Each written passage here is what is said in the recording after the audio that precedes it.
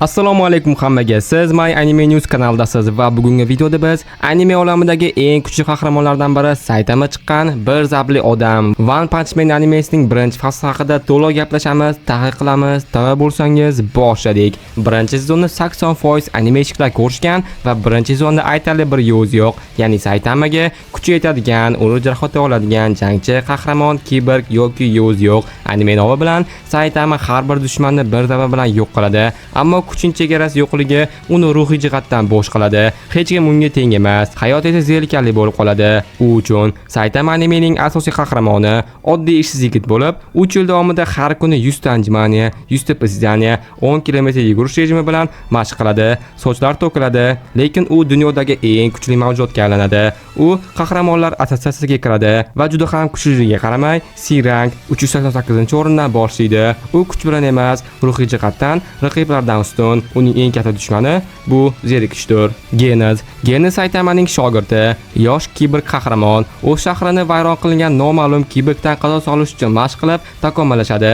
Saitamani ko'rib, uni o'z ustoziga aylantiradi. Genes har doim jiddiy, hissiy jihatdan kuchli, lekin Saitamaning beparvo tabiatidan hayratda qoladi.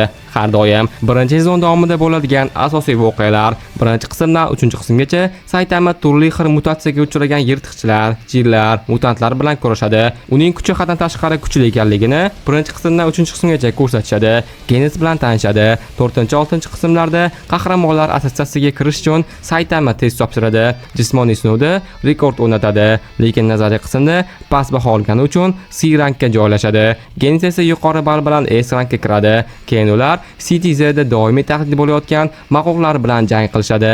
7-qismdan 9-qismgacha qahramonlar orasida mashhurlik boshlangan. Saitama esa xalq orasida soxta qahramon deb o'ylashadi, chunki u hamma dushmanlarni birdan yo'q qiladi. Sea King dengiz shohi paydo bo'ladi. Juda kuchli iblis darajasidagi mavjudot. U bir necha A va S rankli qahramonlarni osongina yengadi. Nihoyat Saitama keladi va uni yana bir zarbada yo'q qiladi. Bu jangda xalq Saitamani qahramon emas, omadli deb o'ylashadi. Bu esa uning ichida biroz alam qoldiradi. 10-qismdan 12-qismgacha yerga Boris ismli galaktik bosqinchi hujum qiladi. Bu birinchi sezonning asosiy final bosqichi. Boris o'zini multiolamning eng kuchli jangchisi deb hisoblaydi. U boshqa qahramonlarni, shu jumladan S-rankdagi jangchilarni oson yengadi. Saitama Boris jangi vizual jihatdan birinchi faslning eng epik va zo'r jang sahnasi. Boris meteorik Bruce shakliga o'tadi. Hatto Saitamani bir zarbasi bilan oyga uchirib yuboradi. Ammo Saitama Serious Punch jiddiy zarbasi bilan uni parchalab tashlaydi. Jangdan so'ng u yana oddiy hayotga qaytadi.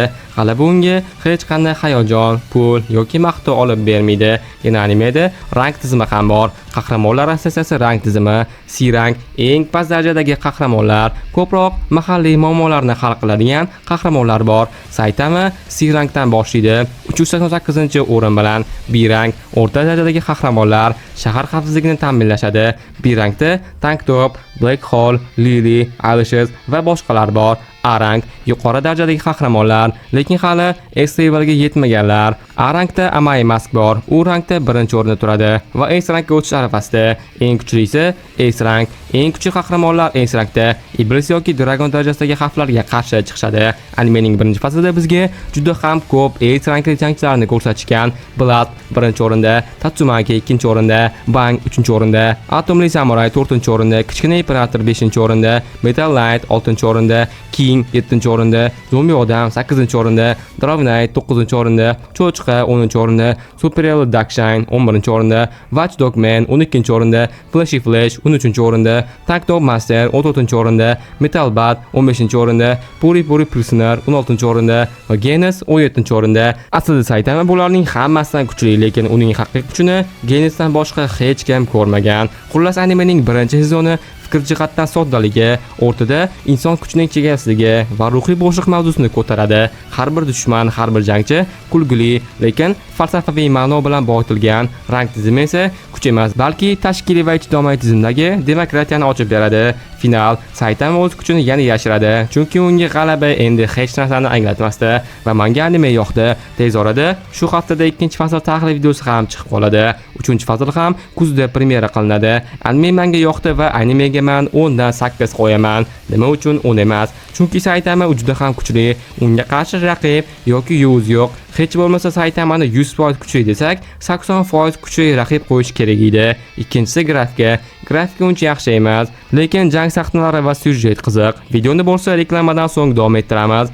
Reklama uncha ko'p emas, lekin foydali bo'lishi aniq. O'zim preview, logo, avatarka, banner qildiradigan Muhammadullo dizaynerimni sizlarga ham tavsiya qilaman. Nima uchun? Birinchidan, ishlari tez va sifatli, o'zingizlar xohlagandek qilib beradilar va tez javob beradilar. Ko'rishingiz mumkin, ishlari oddiy emas, professional darajada yaxshi. Dizaynerlik bilan taxminimcha 3-4 yildan beri shug'ullanadilar. Men bilan bo'lsa 1 yildan oshiq vaqtdan beri ishlaydilar. Muomala juda ham zo'r.